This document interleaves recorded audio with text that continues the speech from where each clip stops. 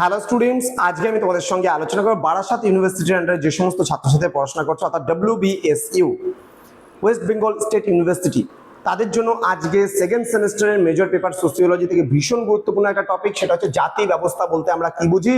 এই জাতি ব্যবস্থা সম্পর্কে কিন্তু আজকের এই ক্লাসটি আমি বিস্তারিত আলোচনা করব। যারা এখন আমাদের চ্যানেলটিকে সাবস্ক্রাইব করনি তারা অবশ্যই চ্যানেলটিকে সাবস্ক্রাইব করে পাশে থাকা বেল আইকন অল প্রেস করে দেবে, যাতে নেক্সট টাইম থেকে কোনো ভিডিও আপলোড করলে তার নোটিফিকেশনটা তুমি সবার আগে পেতে পারো। এছাড়া যারা ভাবছো যে অনলাইনে আমাদের ক্লাস জয়েন করবে, নোটস নেবে, তারা অবশ্যই যোগাযোগ করবে আমাদের অফিসিয়াল নাম্বার 7076398606 নাম্বারে অথবা 6295916282 নাম্বারে। তোমাদের টোটাল কোর্স ফি রয়েছে তোমাদের এই সাধ্যের মধ্যে জাস্ট 1199 রুপিস, কিন্তু এই মুহূর্তে দাঁড়িয়ে কিন্তু আমরা এটা নিচ্ছি না, আমরা নিচ্ছি পার সাবজেক্ট ওয়াইজ প্রথম 100 স্টুডেন্টের জন্য মাত্র 99 টাকা পার পেপারের পার সাবজেক্ট। তো দেরি না করে আজই যোগাযোগ করো আমাদের সঙ্গে এবং যুক্ত হয়ে যাও আমাদের অনলাইন ক্লাসে। চলো শুরু করছি আজকের ক্লাসটা ডিটেইলসে। জাতি ব্যবস্থা বলতে আমরা কি বুঝি? দেখো, জন্মভিত্তিক সামাজিক স্তরবিন্যাস আসবে।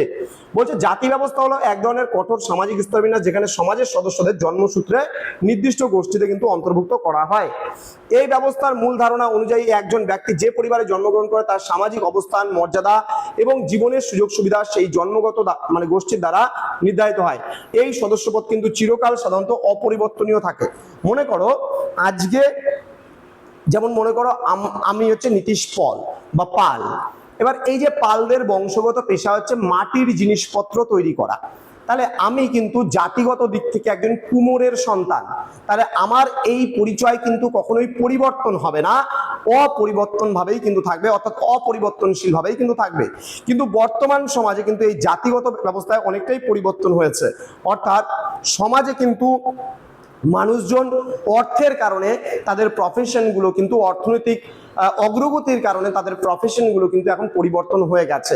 দেখবে ঠিক একই, মনে করো আজকে আমার দাদুরা যেমন মাটির কাজ করতো, তাহলে আজকে আমার বাবাকে আমি দেখিনি মাটির কাজ করতে, কিন্তু নেক্সট যে জেনারেশন আছে বা আমি যেটা আছে আমি কিন্তু প্রফেশন চেঞ্জ করে নিয়েছি।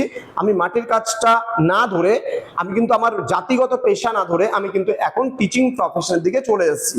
তাহলে জাতিগত কি অপরিবর্তনীয়, মানে এই যে জাতিগত আমার যেমন আমার ওবিসি সার্টিফিকেটে কি আছে বলতো, আমার যেমন ওবিসি সার্টিফিকেট আছে, আদার ব্যাচেলার কাস্ট যেটা আছে ক্লাসেস, সেখানে কি আছে, সেখানে আছে কুম্ভকার লেখা আছে। আমার দেখবা ওখানে মানে সাবকাস্টের মধ্যে কুম্ভকার লেখা আছে। তোমাদেরও দেখবা যাদের ওবিসি আছে তাদের কিন্তু এই ধরনের ইয়েগুলো লেখা থাকে, অর্থাৎ এর কি জাতিগত দিক থেকে আমি কুম্ভকার।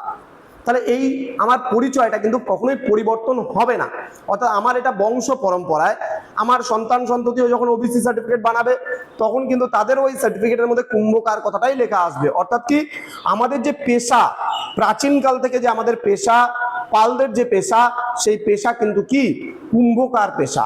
অর্থাৎ কি কুম্ভ বলতে যিনি মাটির জিনিস তৈরি করেন তার পেশা। তার মানে এটা আমার জাতিগত যে আমার মানে ব্যাপারটা রয়েছে সেটা চিরকাল, আমি যতই আইপিএস অফিসার হয়ে বা আইএএস অফিসার হয়ে যাই না কেন, আমার কিন্তু এটা কিন্তু এই জাতিগত ব্যাপারটা যেটা আছে সেটা কিন্তু অপরিবর্তনীয় থাকবে।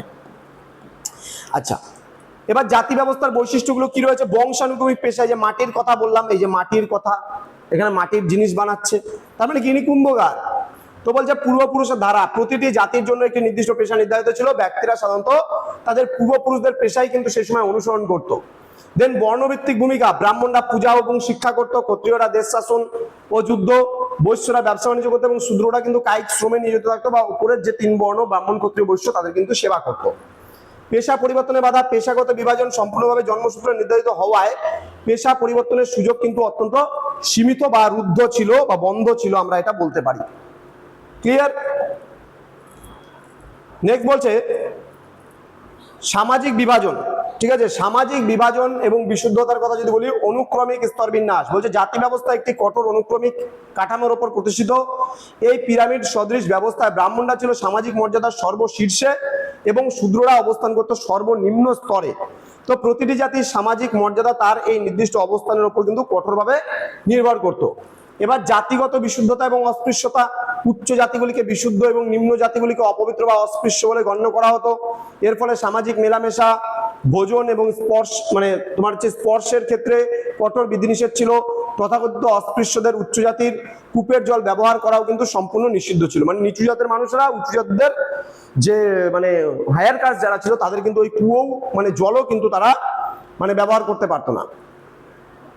আচ্ছা, নেক্সট রয়েছে অন্তর্বিবাহ প্রথা। আগেকার দিনে কি অন্তর্বিবাহ প্রথা কিন্তু প্রচলিত ছিল। জাতির মধ্যে একটা বৈশিষ্ট্য হলো অন্তর্বিবাহ মানে কি একই সেম কাস্টের মধ্যে বিবাহ, সেটাকে বলছে অন্তর্বিবাহ প্রথা। এই জিনিসটা কিন্তু ছিল, অর্থাৎ আমি পালের মেয়েকেই বিয়ে করবো, এই ধরনের ধারণা কিন্তু সোসাইটিতে ছিল।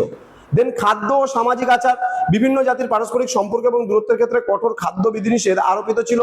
উচ্চ জাতির মানুষেরা নিম্ন জাতির মানুষদের রান্না করা খাবার কিন্তু বা স্পর্শ করা পানীয় গ্রহণ করতো না। এই বিধিনিষেধগুলো জাতি ব্যবস্থার কঠোর সামাজিক দূরত্বকে টিকিয়ে রাখতে কিন্তু সাহায্য করে। ক্লিয়ার? তো এই ছিল আজকের ক্লাস।